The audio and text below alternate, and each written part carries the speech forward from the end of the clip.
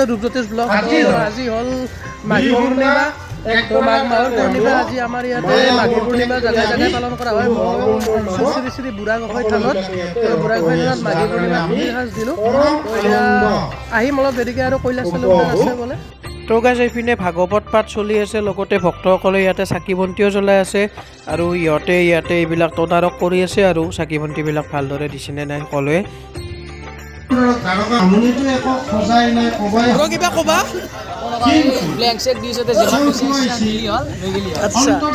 মোৰ ব্লগত স্বাগতম তোমাক। জয় শ্ৰী দাদা, আজি কি আছে ইয়াতে? মাঘী পূৰ্ণিমা উপলক্ষে ভাগৱত পাঠ, লগতে আমাৰ নাগাৰা নাম কৈলাশ তালুকদাৰ আছে। অলপ দেৰিকৈ আহিব লাগিব দে। দেখা কৰাটো সৌভাগ্য বুলি তেওঁ মানে কৈছিল। আৰু এইটো প্ৰভু ভগৱান সেলফি পইণ্ট বনাই দিছে দেখোন। আহিলা বুঢ়া গোঁসাই থান বোলে। দান দিয়ে, শৰাই স্বৰ্গ ভগাব পাৰে নহয়। গতিকে এনেকৈ তেওঁ যোনেই তো গাইজ এনেকৈ লাহে লাহে মানুহবিলাক আহিছে আৰু গাইজ ইয়াতে দুপৰীয়া খিচাৰি খোৱা হয়। মানে যিমান ভক্ত আহে সকলোকে খিচাৰি খুৱাই, বহুত মানুহ আহে আৰু তো ভাল লাগে পৰিৱেশটো চাই থাককচোন, আগলৈ দেখা পাব। খিচাৰি খুৱাই আছে।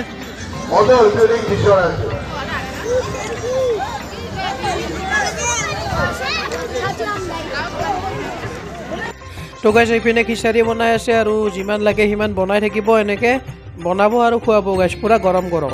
আৰু গাইজ ময়ো বহি ল'লোঁ খাব। প্ৰথমতে খাই লওঁ, পিছত অলপমান বিলাব লাগিব।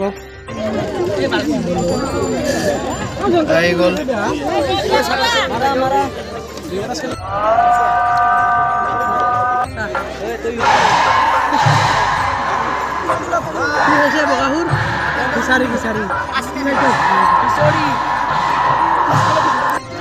আমাৰ ব্লগাৰ মিন্টুজ ব্লগে খাব পাইছে। এইটো আমাৰ ডিম্বেশ্বৰ।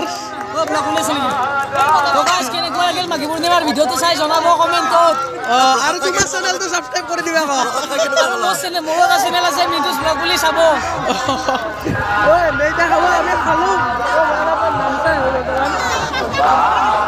আৰু এইপিনে কৈলাশ তালুকদাৰ দেৱে নাম গাই আছে। তো তেখেতৰ যিহেতু মাজতে বেমাৰ হৈছিল, বেমাৰৰ পিছতো তেখেতে এনেকৈ নাম গাই আছে, দেখি ভাল লাগিল।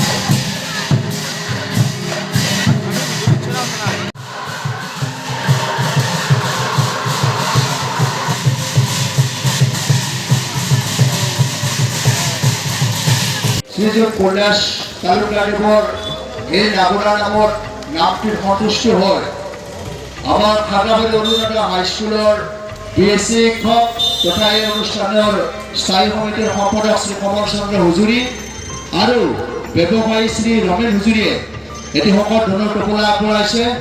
নিশ্চয় তেখেতে অসুস্থতাৰ মাজেৰেও আমাৰ মাজত আহি নাম পৰিৱেশন কৰাৰ কাৰণে আমি সমিতিৰ তৰফৰ পৰা তেখেতলৈ আন্তৰিক অভিনন্দন জ্ঞাপন কৰিছোঁ আৰু দাতাক ধন্যবাদ জনাই তেখেতৰ এই বহুমূলীয়া পুৰস্কাৰটি গ্ৰহণ কৰাৰ কাৰণে মই আহ্বান জনাইছোঁ।